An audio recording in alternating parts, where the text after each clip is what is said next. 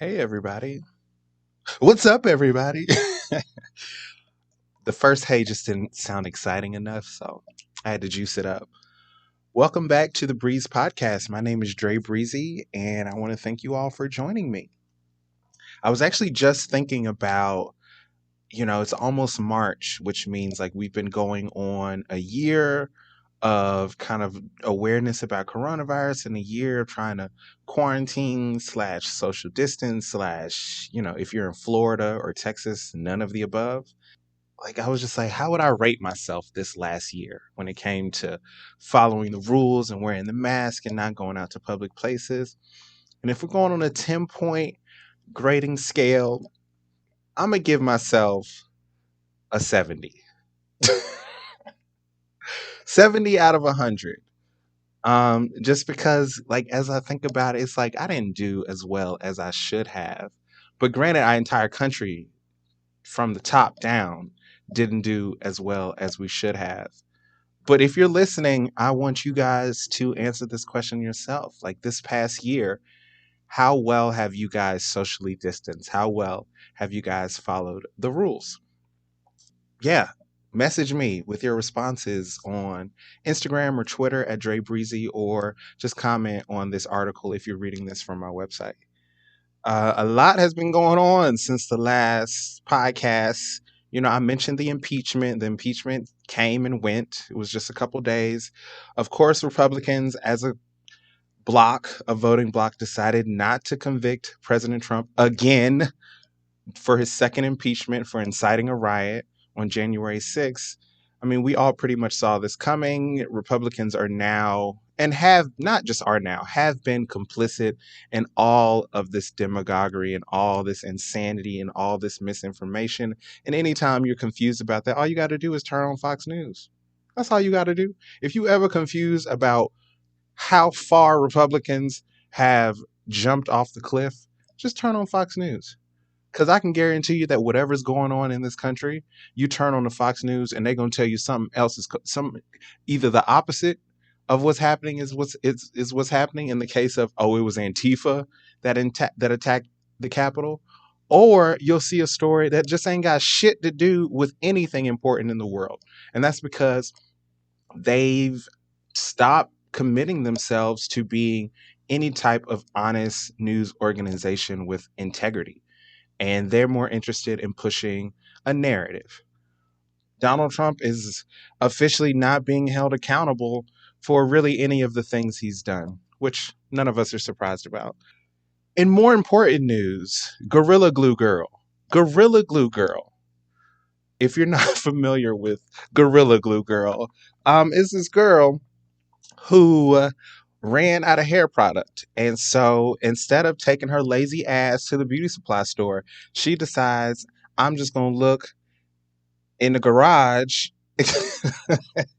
I don't know where she found this Gorilla Glue, but she found like some spray on, which I didn't even know Gorilla Glue had spray on glue.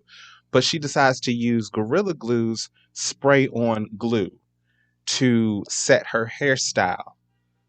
I'm guessing 4 or 5 weeks later, this hairstyle is still set. And that's when we see the video of her being like, I did this. My hair is essentially frozen in time and I need help. Um, she starts a crowdfunding page, raises tens of thousands of dollars, and actually, an African doctor, I think he was maybe a dermatologist in LA, decides to fly. She got flued out, honey, got flued out, all expenses paid, and he paid for her or the treatment, the process to get the glue out. So she lost a little bit of her hair. I doubt she had, long flowing locks, because if she did, she would have been smarter about the products that she put in her hair. But as of now, Gorilla Glue Girl is safe and sound at home, and she got a couple of coins in her pocket, and she's kind of famous from this whole situation. But y'all, this is a long introduction. I wasn't trying to talk about all this stuff for this long, but I got a lot on my mind.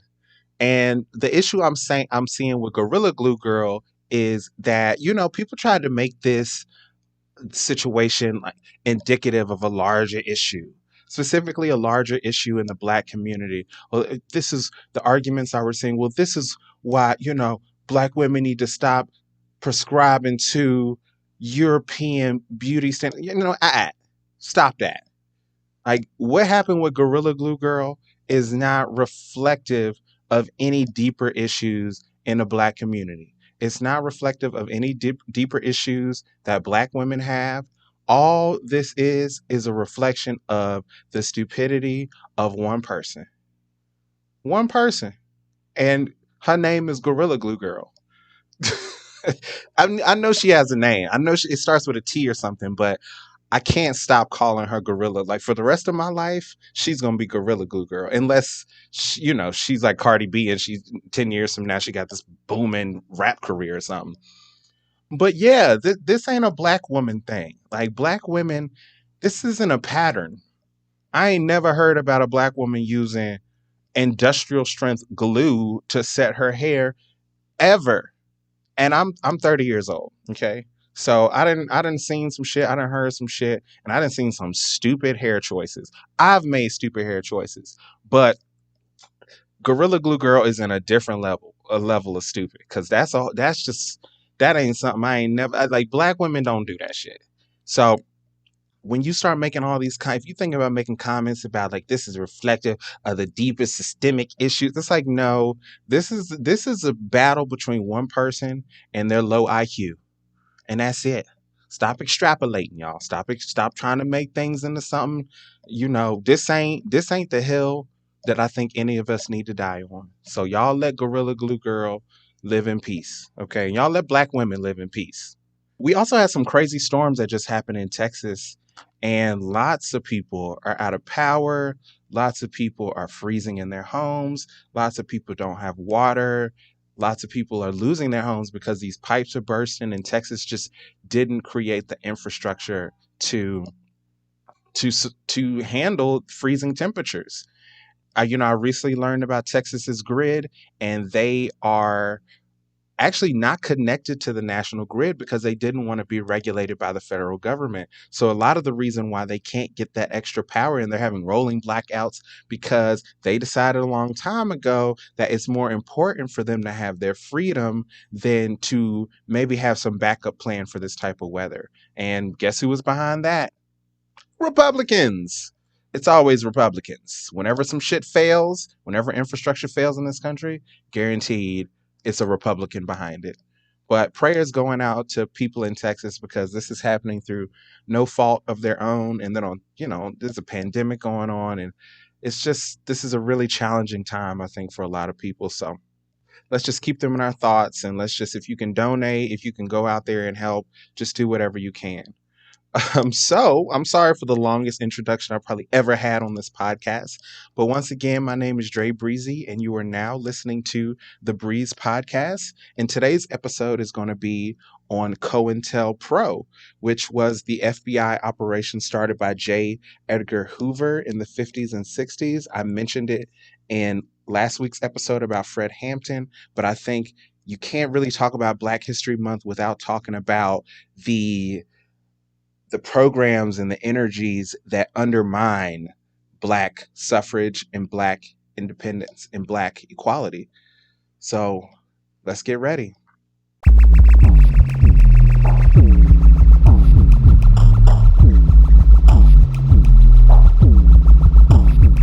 What's important when discussing Black History Month is discussing the strong and consistent white supremacist resistance to Black leadership. COINTELPRO was one of these resistance programs, an espionage operation created by FBI Director J.Edgar Hoover to discredit and deplatform the majority of significant Black civil rights leaders in the 1960s. Hoover used unconstitutional, immoral, and unethical methods of intimidating Black thought leaders, and the COINTEL operation was easily one of the most powerful methods of resistance to the civil rights movement. On this episode of the Breeze Podcast, we discuss the dark history of COINTELPRO and how it fits into the larger pattern of Black oppression.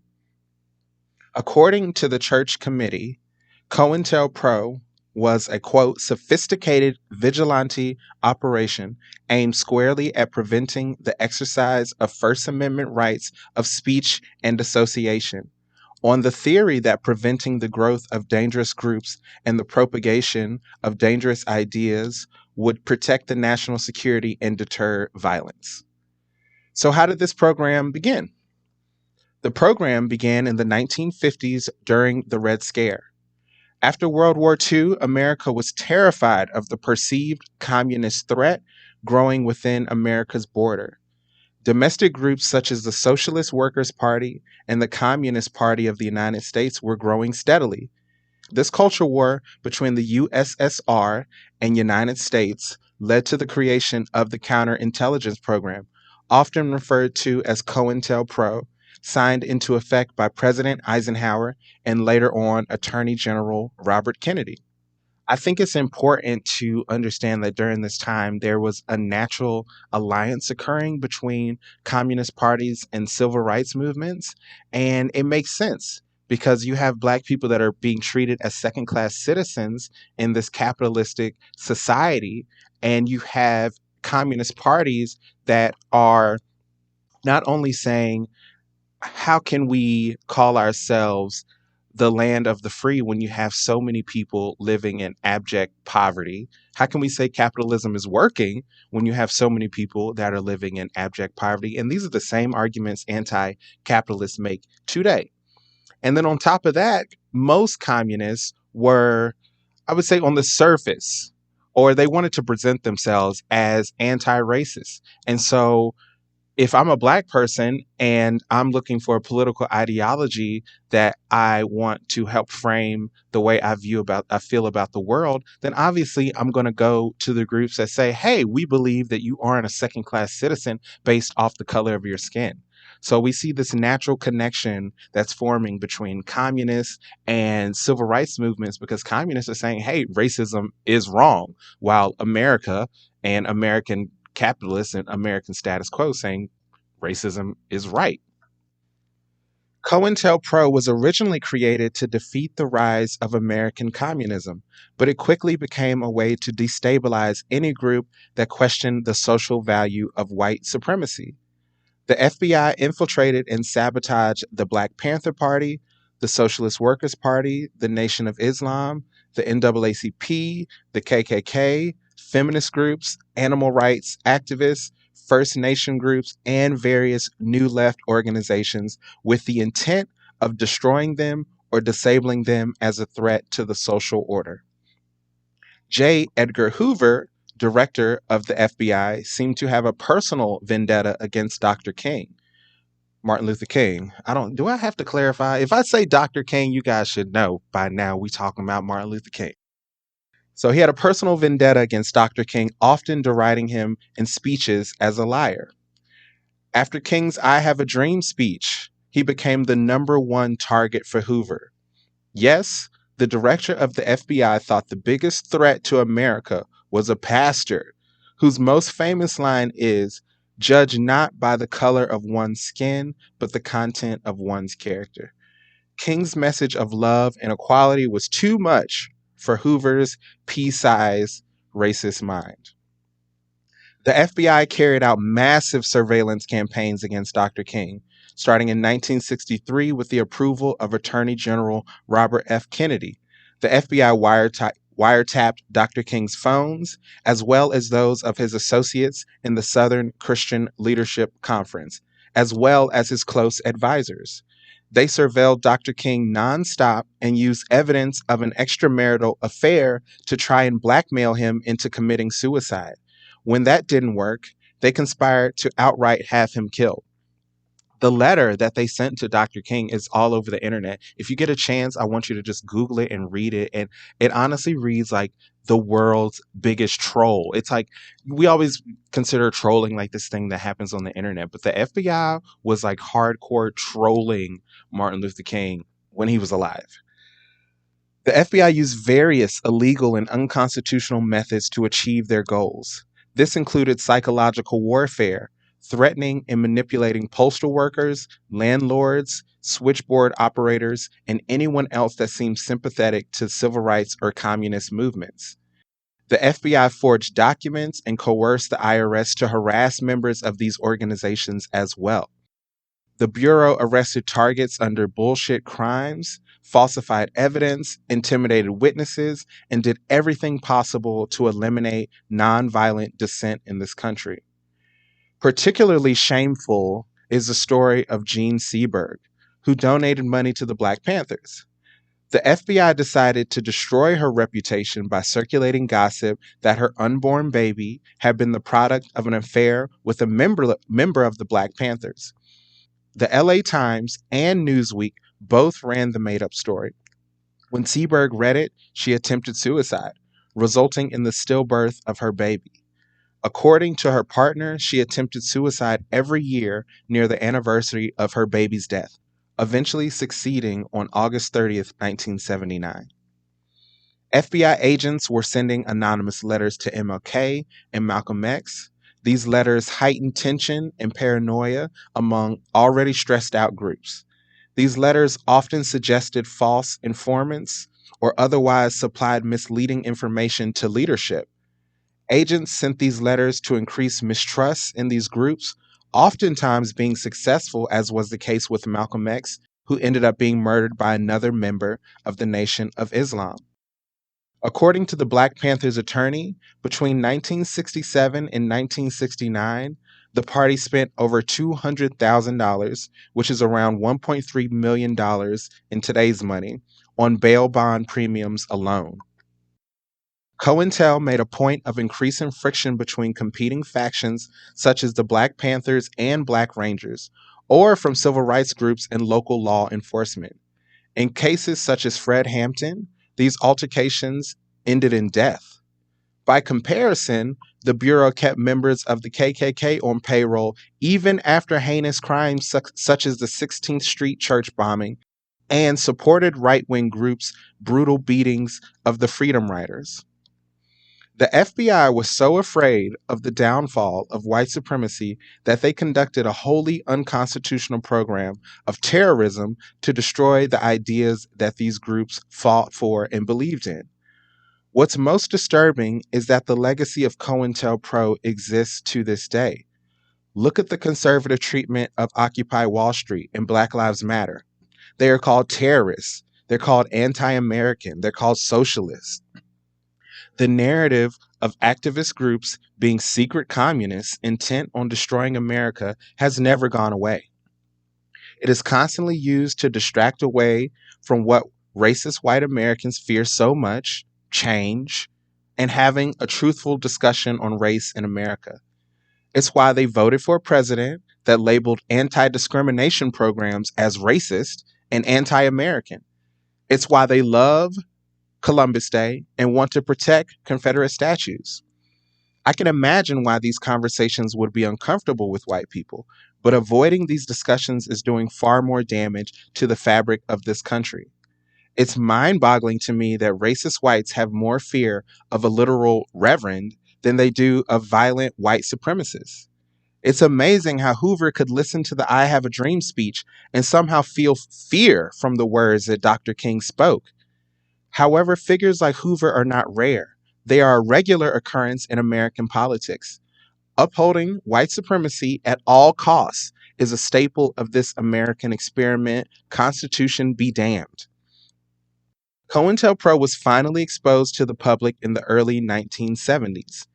Activists with the Citizens Commission to investigate the FBI broke into an FBI field office in Media, Pennsylvania, stealing hundreds of documents related to COINTELPRO, and then they sent them to the press in 1972.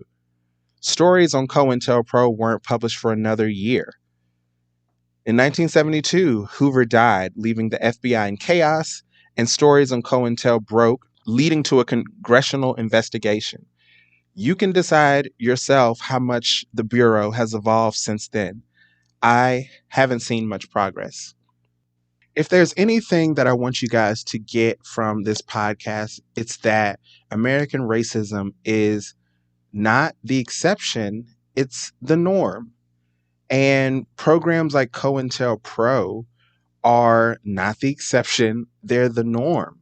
Resistance to equality for Black people has always been firmly ingrained in mainstream American politics. And so figures like Ted Cruz and Josh Hawley and Donald Trump and Steve King and Strom Thurmond should not be looked at as aberrations or outliers on the political spectrum. When we start treating these people as who they are, which is thought leaders of racist mainstream Americans, we can more accurately start to describe the ways in which to combat the bigotry. COINTELPRO, I would say, is probably single-handedly the reason why the civil rights movement wasn't as successful as it could have been. And I think it just would be a disservice for me to talk about Black History Month and not talk about all the Black leaders that have had their lives prematurely ended because of one racist J.Edgar Hoover. J.Edgar Hoover wasn't alone. He had the explicit permission of the higher ups, the JFKs, the Eisenhowers, the Lyndon Johnsons. All these people signed off on these programs. So they're all complicit in the oppression of Black people. And if you guys didn't know about this group, I would definitely recommend reading a little bit more, because they were really, really involved with pretty much every civil rights organization that was sprouting up during the 60s. And they, like I said, single-handedly created so much chaos and so much mistrust.